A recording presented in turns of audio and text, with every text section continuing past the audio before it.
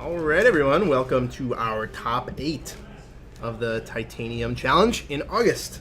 I'm Zach, and I'm joined in the booth by a special guest. Special guest? It's Ryan. Hey, how's it going? You know, man, it's going. We're like almost done with this tournament, and that's sweet. Top 8's always a delight. Yeah, sometimes it lasts an hour, sometimes it lasts 10 minutes. Yeah. And hey, we're already into the game. We have Joe Horton and Kevin Liu. These guys are going on my naughty list because they didn't wait for my thumbs up, but I guess I'll live. What do we got going on, Ryan? Well, two decks that are huge fans of huge amounts of mana. Looks like we've got the Eldrazi Tron versus Valakut. Delight of a matchup. It's always interesting. So the Valakut deck is very tough to interact with in terms of the Eldrazi Tron side. You only have Thought-Knot to really punch a hole in them. So it's kind of like a race almost, do you think? Yeah, we're going to be looking for either hitting Karn to start going after land, or there's the Thought-Knot. Oh, okay. So what's it see? It sees both. It sees Summoner's Pact. It's hard to tell on this one. But clearly Summoner's Pact is the one he's taking. Oh, turn 3 Tron. Hey, that's how he top-8'd, I guess. Yeah, I guess so. Easy mode. And just value creatures on both sides of the board. We got the Wood Elves versus the Reality, the Matter Reshaper, and the Thought-Knots here. For a man with such nice cards, with such a nice deck, Kevin has the 8th edition Wood Elves. What's going on there? Sometimes you are looking for the common in the cool binder where you're like, oh yeah, I'm gonna get the Shocks from Onslaught, and then you're like, oh, okay, I'll settle for Stronghold, and then you're like, okay, looking at 7th edition binder now. Ugh. That's 6 mana. That's the Endbringer. Oh my god, this draw from Joe. And the Basilisk Collar and the Equip on the Endbringer. So this is turn 4. Casual turn 4. Yeah. Okay. Oh, hits. So block down the Thought-Knot and finishes off with the Bolt, so that's a redraw. Redraw is huge for the Scapeshift deck. Yeah, I mean, he has the magical 7 lands here. And yeah, Bolt Bolt you. Oh, that was Bolt Endbringer. Okay. Oh, plus the Anger, so clean way of getting rid of the Matter Reshaper, too, without any value. Yeah, this is pretty good. I mean, you can get the Reshaper trigger. Does Joe have a follow-up creature? Thought-Knot. Of course he does. Classic. That's exactly Scapeshift it took, too. Follows up with a Ballista. Wow. 3 counters on the Ballista? Yeah, that's the tower and the... What's going on here? Does the Tron deck just get to draw 4 cards a turn? Whoa, top deck. Summoner's Pact. All right, 2 lands, 2 Valakuts. 2 Valakuts. Now everything's live. And this is what I love about Modern. Yeah, it's a turn 1, turn 2 format where the turn 1, turn 2s are so important. But now, look at this. This is Beat City versus Beat City. Yeah. Well, the Primetime is not going anymore just because of the Ballista Collar combo that just runs over so many mid-range decks and can take down 6/6s for 6. It's kind of weird. It's like this deck plays 1 collar usually, but when it draws it almost all the time, it's amazing. Yeah, I had earlier today. Played against Eldrazi Tron. It's one of the easiest free wins for them. I mean, the collar people, they immediately look at the obvious combos with it, the pingers. But Reality Smasher, that one, that's just Baneslayer Angel with a collar on it. With trample. Yeah, with trample and Death Touch. So you're it's a lot better than Baneslayer, actually. You lose the Pro Dragons, though. You do lose the Pro Dragons. What's going on here? Joe tapping a lot of mana. Ballista for 4. Oh my god. Joe is a beast. He's empty-handed finally. So if Kevin can assemble a way to kill both Ballistas, he'll only be staring down a Thought-Knot. If he draws a Scapeshift, I think Joe's just dead. 23. Well, that's definitely enough lands to do it on 23. Sakura Tri-Builder? That might be enough to take out... Oh, gets the redraw on the Thought-Knot. Okay. That's one way of doing it. Could also hit a land drop here. I mean, any land here also kills at least 1 Ballista. I think the other one's a 4/4. pass. That ain't good. Yeah, there are not a lot of cards that you pass with at this stage of the game. Yeah, right. What could that even be? That could be a prime time. Could be Escape Shift. Could be Escape Shift. Wow. Okay, this is true. It's 3 mana up. Map finds a Ghost Quarter. Definitely one of the better draws. Pumping up the Collared Ballista, pushing the life total higher. Yeah, and then that's enough pings afterwards. So Joe Horton in the 5-minute game, 5-minute 6-turn game, one of the fastest players I've ever seen. Yeah, definitely not. I mean, you count as being methodical if you know what you're doing and you're playing fast still. That still counts as being methodical if you just know.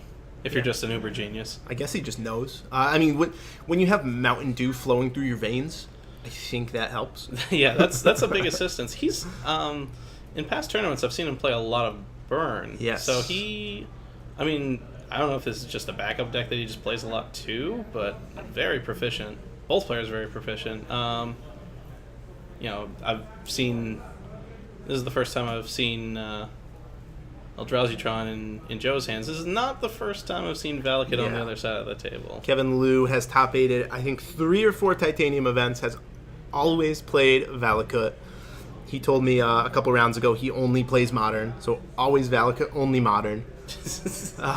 One format, one deck. Yeah. Keep things simple. It's a good way to do it. You can just show up to any tournament any day, not have to buy any cards, trade for any cards, borrow any cards. You just show up and play. Oh, that's one of the best parts of being a one-deck player. Or at least somebody who, you've been playing on deck for a little bit. You know what's going on with it. Saw the breeding pool out of Kevin in Game 1. I'm curious as to what that could potentially mean from the sideboard. That's right. These boys started so fast that we don't even have the deck list. Could it be a Bring to Light? I mean, he doesn't have 4 colors. He only has 3. 3. Could be something along the on the counter magic variety. Ceremonious Rejection in this matchup would be pretty helpful. 41 life. Nope, 20. Okay, that's a little better. So, these players playing for the invite to the Titanium Finals. The winner gets the invitation. Second place gets just cash, no invitation, nothing. That is a 24-person invite-only tournament that somehow you are not qualified for. I am not qualified for it. No. Had some close calls, including today actually as well. But you got to win all the matches to make it to where you want to be. It's hard to win any Magic tournament. I don't care if you're the best player and it's a 16-person tournament. It's hard to win. Well, that's the exciting thing is that you have the difficulty of winning this tournament and then the exclusivity of the other tournament. Winning that tournament, it's like the double exclusive, right? You could be a one of in the entire world. You win the only Titanium Finals that has ever been made. one Titanium champion to rule them all. Well, the 6 from Kevin did keep on top with the Scry. All right, and he doesn't need every card. He just needs a few specific cards. Yeah. Is that an Overgrown Tomb? Hard to tell with that nothing land. It's the search. So maybe that was the keep on top because there was the fetch in hand too. Or maybe it was a Cinderglade. Oh, that's true. Oh, it is a Cinderglade. That's a Expedition Cinderglade? It's a gray Cinderglade, yeah. Weird that a red-green land is... The Cinderglade. Coined. Is there a pun meter? No, I hope not. A pun jar? A pun jar. There should be a pun jar. There should be a pun jar. I think this is another turn 3 Tron. Wow. Joe Horton says, Modern is easy. This deck is easy. You just have 7 mana on every turn 3, and I guess I believe him the way this is going. I'd play this fast if I had turn 3 Tron. Yeah. Wow. Runs it back. Joe Horton, the master, turn 3 Tron. See, Summoner's Pact is a Escape Shift next to the Misty. Might be Escape Shift hiding. Takes the Pact. That would make sense between that and Escape Shift. I think you just, next turn's Titan. So... Yeah, this you is just true. can't let them. Doesn't have the as good of a start as last game though. There was a Matter Reshaper on this board last game too. Yeah, so here we go. Sakura will stick around. That'll chump block. Yeah, one turn of chumps.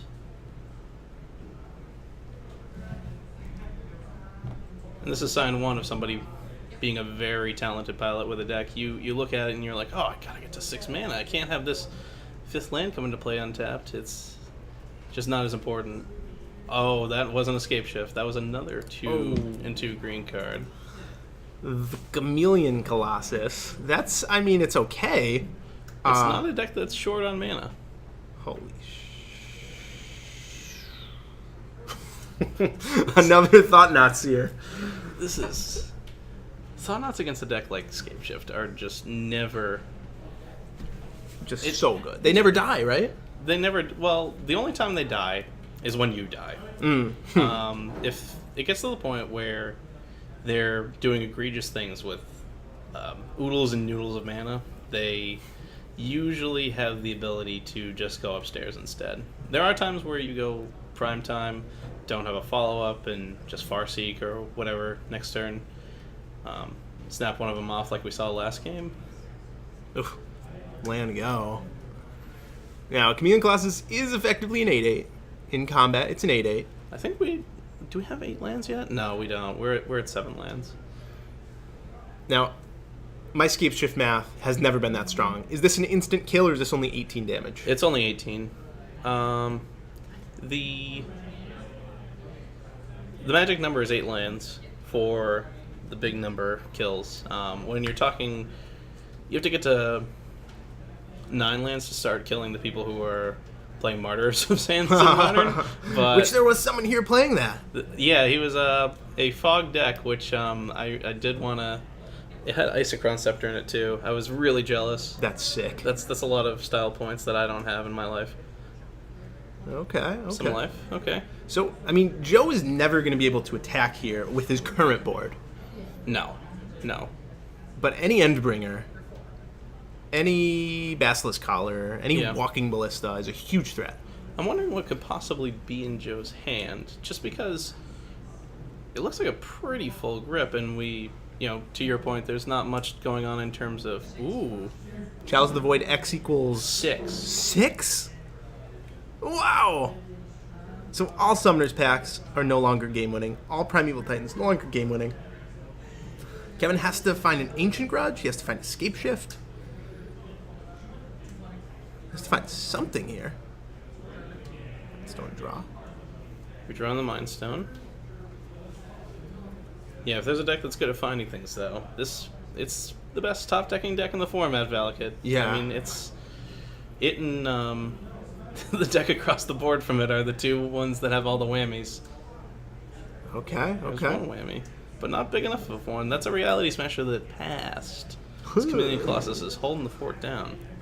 I'm not supposed to be biased, but I want to see Kevin rip Escape Shift right about now. I want to see a Game 3. I want to see what Joe can do when he doesn't have turn 3 Tron.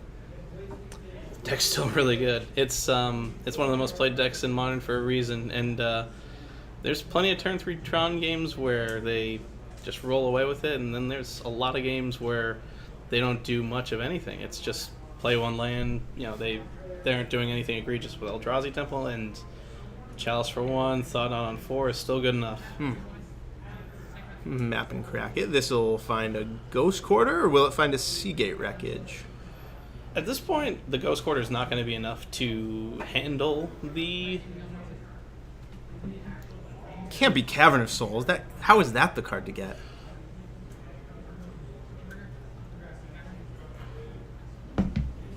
I think at this point there just isn't... The only thing to go for is more mana. So we did see the Breeding Pool game 1. Okay, and here it is game 2. I would believe that it wouldn't be Ceremonious Rejection as a sideboard card, just because this deck needs good redraws. Oh, and there's a Handshake. I guess that was a lethal attack from Joe Horton. Kevin Lou scoops it out. Yeah, the Endbringer making things not blocked, or having enough blockers to tap get around. the Chameleon. Yeah. So that was quick. Joe Horton assembles like 45 mana in 7 turns of magic or something. I've seen chalices on a lot of numbers. 6 isn't one of them I've seen before. You know, I agree with that. At a recent PPTQ, I played a big red deck with Chalice and Koth of the Hammer. I used Koth to generate 7 mana from my mountains and play X equals 7 for Chalice, paying for the suppression field for the Koth. So I tapped 6. Oh, okay. I paid Okay. 16 mana, X equals 7. My Enduring Ideal opponent looks at his board, looks at his hand, thinks about it. I can't beat that. He scoops it up. He shows me Form of the Dragon and Enduring Ideal in his hand. He was stuck on 6 lands. That's the achievement. If you were playing Xbox Live and like had the Chalice in the Magic Online version of Xbox Live, that would have been an achievement. That was it was pretty sick. I actually said achievement on. I said that because it's so rare. I mean, I've seen like X equals 6 for Mindslaver, I think, once ever in an EDH game, but that's about it. Yeah, EDH, the other format where you can get this much mana. Yeah. Besides Modern. Joe Horton, though, moving on to the top 4. He's made top 4 before, I think, in 2 different events, but he's never got that invite. He's searching for it here. He's one of our loyal players, Joe Horton. He comes to almost every event. Got to give him props for that. I hope he can make a run at this. Joe top-8 the very first Titanium Plus event, correct? He did. He top forward. He lost to Dylan in the Burn Mirror. A brutal one. Burn Mirror is always brutal. It doesn't matter the opponent. Yeah. Dylan is icing on the cake for sure, but no, any opponent. The Burn Mirror, it's just so tough. So we're gonna try and get you another match on camera here. If we do, it's going to keep rolling. There's going to be about 15 more minutes in this YouTube video. If not, let the playlist roll on to the top 4. Thanks for watching, everybody. Thank you.